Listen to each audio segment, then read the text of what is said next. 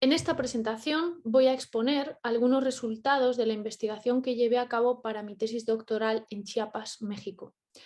El proyecto consistió en registrar un total de 44 relatos literarios de tradición oral en lengua maya tojolabal y en formato audiovisual, transcribirlos, traducirlos y editarlos y analizarlos con una metodología que combinara algunas herramientas de la antropología y algunas de los estudios literarios de tradición oral.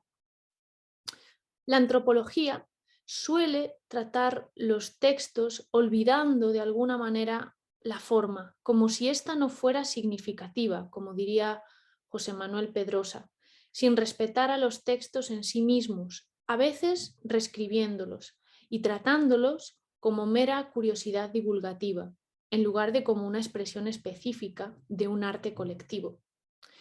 La antropología, por eso, suele considerar sobre todo el género de la narración mítica frente a otros como la fábula o el cuento maravilloso a los que tradicionalmente ha dado menos importancia. La filología, por su parte, se ha apoyado mucho en reivindicar la tradición oral como expresión de los valores de una cultura, pero ha indagado poco en cómo los expresa y en qué expresa. Muchas veces se concentra en exceso en lo formal y en extraer las constantes universales que existen en los textos, olvidando que estos tienen su realización y su vivencia en las comunidades y en el contexto histórico local del que forman parte. La literatura de tradición oral es, como dijo Aurelio González, una forma específica de creación y de cultura que se sustenta durante siglos en el soporte de la memoria y que expresa los valores cambiantes a veces de la cultura que la hace perdurar. En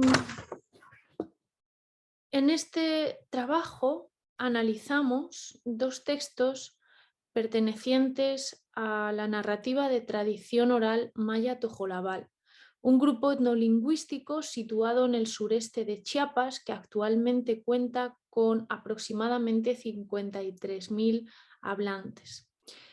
En realidad, la literatura de tradición oral maya tojolabal hoy en día es el resultado de una amalgama cultural. Por ello, su narrativa puede contener motivos existentes hoy entre otros grupos etnolingüísticos cercanos, por ejemplo, los celtales, los tzotziles, los choles o incluso los chujes y los quiché en Guatemala. Pero también comparte motivos con la cultura mestiza mexicana y, por supuesto, contiene motivos universales. Los tojolabales tienen un acervo literario de narrativa de tradición oral amplio y rico, que cuenta con textos pertenecientes a diferentes géneros y que refleja, perpetúa o cuestiona, legitima y explica valores y costumbres tojolabales. La concepción tojolabal acerca de la creación del mundo, los roles tradicionales de género, la relación del ser humano con la naturaleza y con los animales, etcétera, quedan reflejados en los textos, por lo que estos son un documento privilegiado para el estudio de su cultura.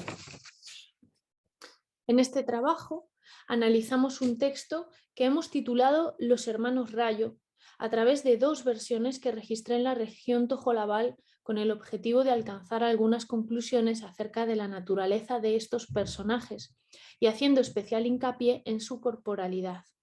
Para este análisis contamos con la versión MLC9 de los hermanos Rayo y con la versión MLC10, ambas publicadas en el libro al que dio lugar este registro de corpus tojolabal titulado Narrativa de tradición oral maya tojolabal, que hoy se encuentra publicado en Marcial Pons. El argumento de los hermanos Rayo narra la historia de dos hermanos que tienen también capacidad para dominar el fenómeno meteorológico de los rayos. Cuando van a trabajar a sus milpas, el mayor se ausenta y vuelve cargado de abundante y variada comida cruda que comparte con el menor. Este decide seguirlo un día para descubrir cómo consigue esta comida. Entonces lo encuentra en el interior de una cueva y allí se le pide que ayude a su hermano mayor en su labor de rayo. Para ello debe coger la ropa de color verde y no la roja, pero desobedece y no consigue cumplir una función tan productiva como la de su hermano mayor. Es decir, no logra tirar los árboles como se le pedía.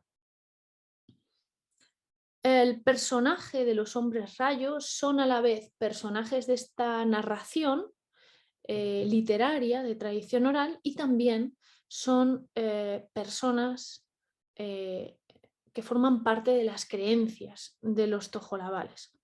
Los protagonistas de este relato, los hombres rayo, son personajes que existen en la realidad, en la vida cotidiana de los tojolabales y que forman parte de su manera de concebir el mundo y de explicar la naturaleza. El hombre rayo también es un personaje común en las creencias de otros grupos mayas, que se extiende también al área mesoamericana.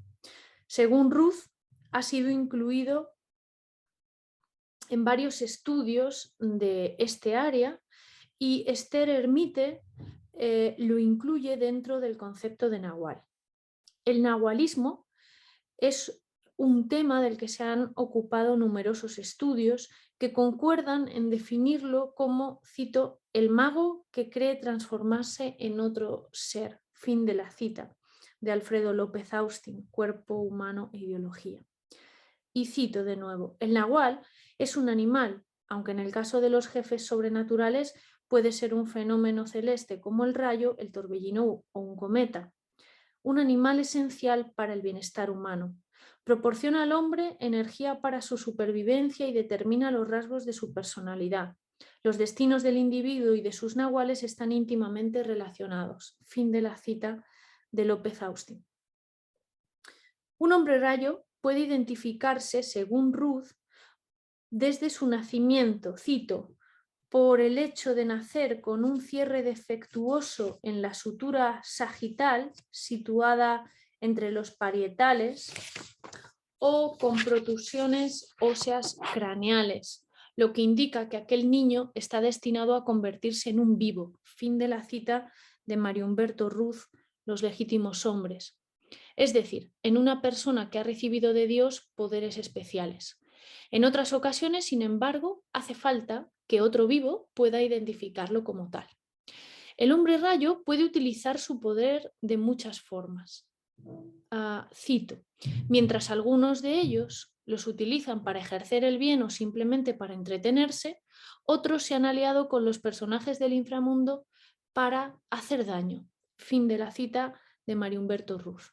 La creencia en el poder negativo que pueden llegar a tener estos vivos, entendidos como seres con poderes sobrenaturales, ha sido la causa de asesinatos bajo la acusación de brujería, lo cual, abro cita, continúa siendo una práctica social admitida para la resolución de conflictos en el medio rural. Fin de la cita de Astrid Pinto en un texto que publicó en 2004.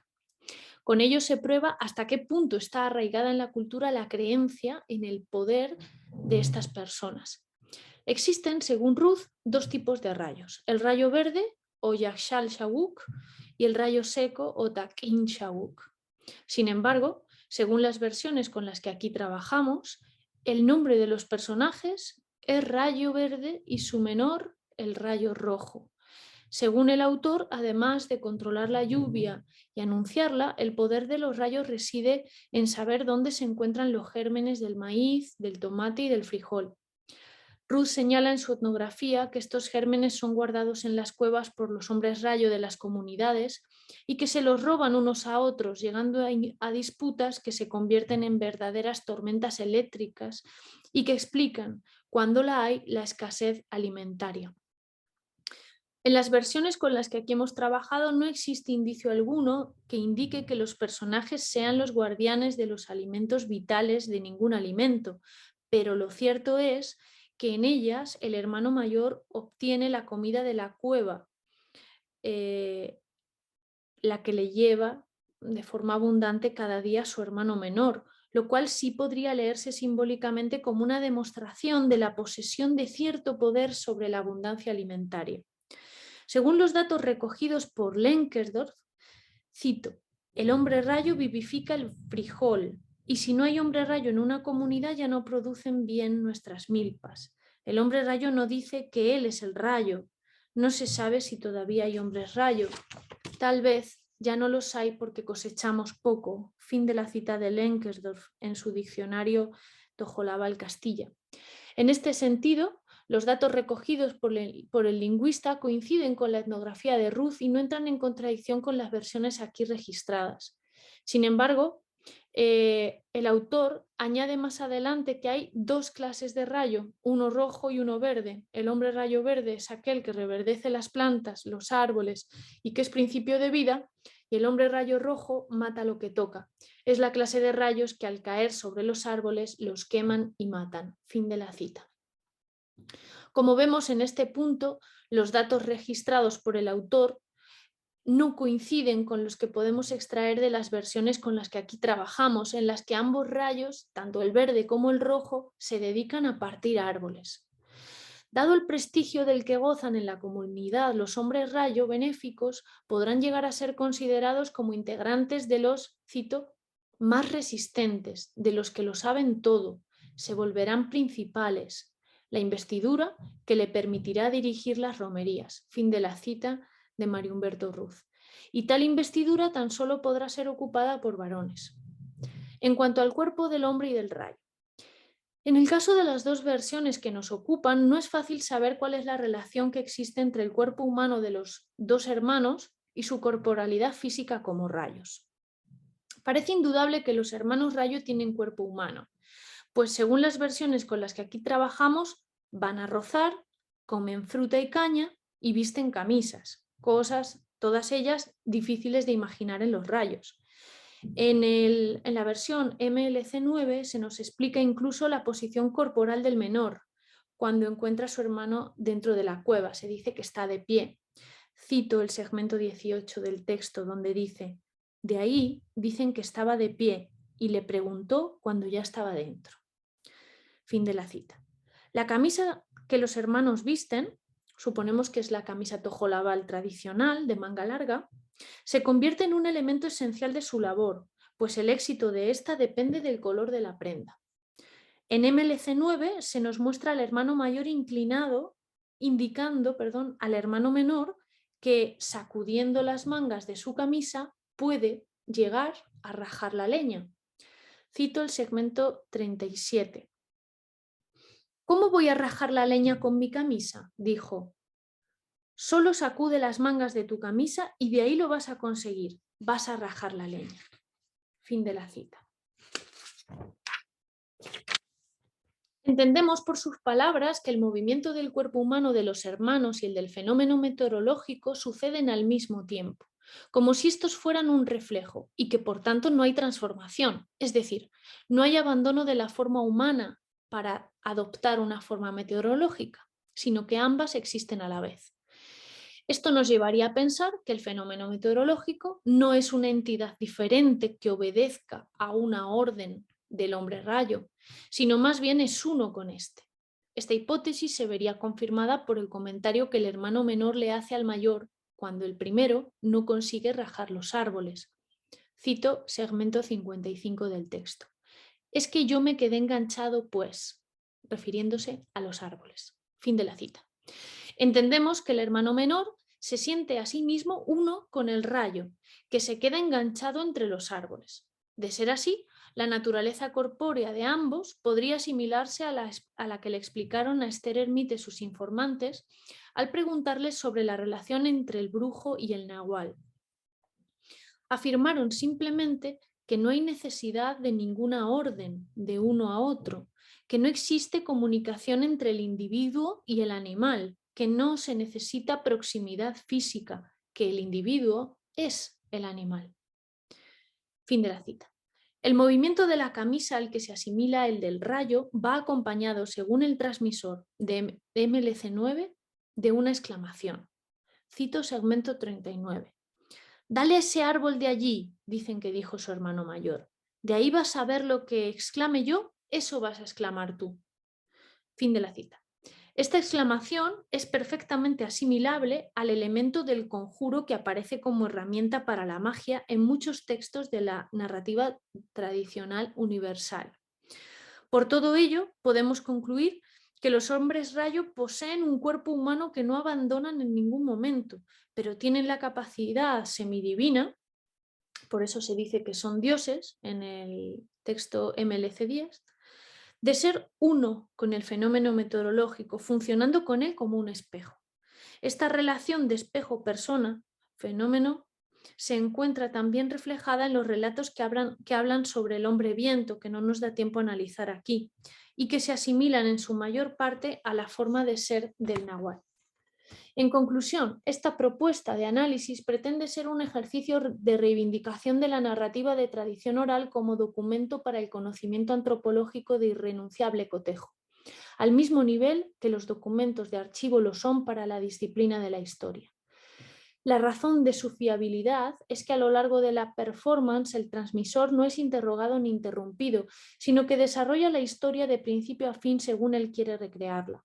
Esto implica que se reduzca el grado de influencia del observador sobre los datos que recoge, pero además el mismo relato puede cotejarse en muchas versiones diferentes, tantas como puedan registrarse, contadas por transmisores diferentes que no tienen por qué conocerse entre sí. Esto implica que se pueda acceder con facilidad a los elementos que son constantes en las diferentes versiones de un mismo relato y a aquellos que son fruto de la variación individual.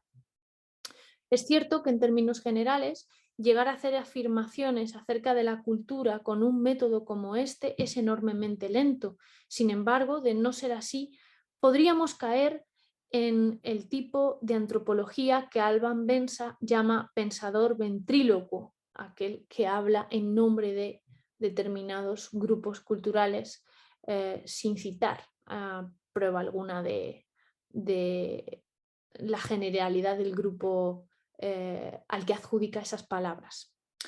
Este trabajo ha constituido, por tanto, un ejercicio de un método antropológico que pone como protagonista de toda afirmación sobre la cultura al texto.